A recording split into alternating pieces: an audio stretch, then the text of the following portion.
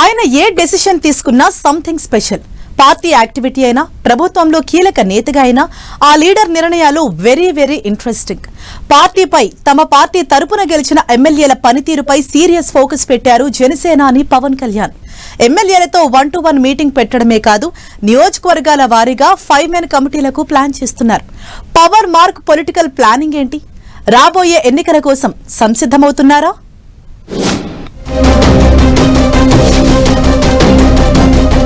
ఇటు పార్టీ అటు ప్రభుత్వం, పవన్ బ్యాలెన్సింగ్. పార్టీ బలోపేతం కోసం బీజేపీ మోడల్ ని ఫాలో అవుతున్నారా? ఎమ్మెల్యేలతో 1-to-1 మీటింగ్ ఎందుకు? 5-man కమిటీల నియామకం ఎక్కడి వరకు వచ్చింది?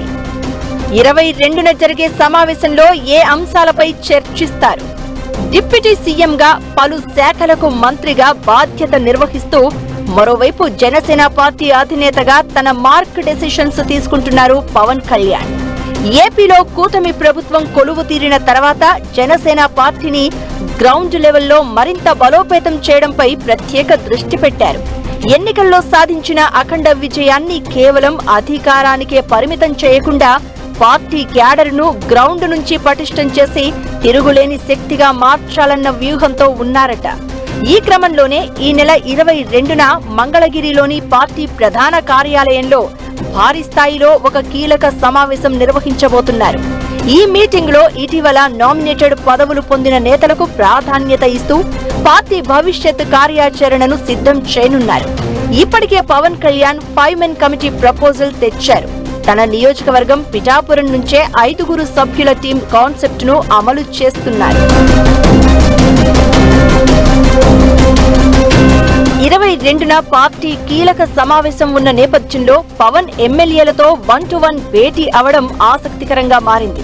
9 మంది ఎమ్మెల్యేలతో పవన్ ఒక్కొక్కరితో ప్రత్యేకంగా భేటీ అయి వివిధ అంశాలపై డిస్కస్ చేశారు.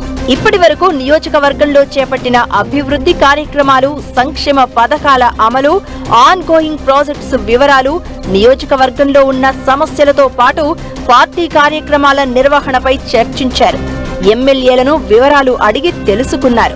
పెండింగ్ లో ఉన్న పనులను త్వరగా పూర్తి చేయాలని కూడా ఆదేశించారు. ఏళ్లుగా పెండింగ్ లో ఉన్న సమస్యల పరిష్కారంపై స్పెషల్ ఫోకస్ పెట్టాలని సూచించారు. కూటమి పార్టీలు టీడీపీ, బీజేపీ నేతలతో కలుపుకుని పోవాలని డైరెక్షన్స్ ఇచ్చారట. సేమ్ టైం పార్టీ బలోపేతం కోసం చర్యలు తీసుకోవాలని చెప్పారట. కూటమిలో ఉంటూ సొంతంగా మరింత బలపడేందుకు ప్రయత్నించాలని ఎమ్మెల్యేలకు దిశానిర్దేశం చేశారట పవన్.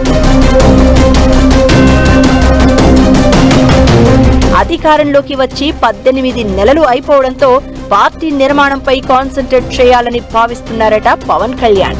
రాబోయే ఎన్నికల నాటికి గ్రామస్థాయి నుంచి రాష్ట్ర స్థాయి వరకు క్యాడర్, లీడర్ల బలోపేతం, ఎక్కడికక్కడ స్ట్రాంగ్ లీడర్లు, సిద్ధాంతాలకు కట్టుబడి పనిచేసే కార్యకర్తలను తయారు చేసుకోవాలని ఫిక్స్ అయిపోయారట. జనసేన బలమైన ప్రాంతీయ పార్టీగా నిలదొక్కునేలా వ్యూహాలు, యాక్షన్ ప్లాన్ సిద్ధం చేస్తున్నారట. అందులో భాగంగా నామినేటెడ్ పదవులు పొందిన నేతలతో భేటీ, ఎమ్మెల్యేలతో 1-to-1 మీటింగ్ పెడుతున్నారని అంటున్నారు. త్వరలో నియోజకవర్గ స్థాయిలో క్యాడర్, లీడర్లకు శిక్షణ తరగతులు కూడా నిర్వహించే ఆలోచనలో ఉన్నారు. ఏదైనా బిజీ షెడ్యూల్లో కూడా పవన్ పార్టీ కోసం టైం కేటాయిస్తూ ఉండడంతో జనసేన కార్యకర్తలు ఫుల్ హ్యాపీగా ఫీల్ అవుతున్నారట.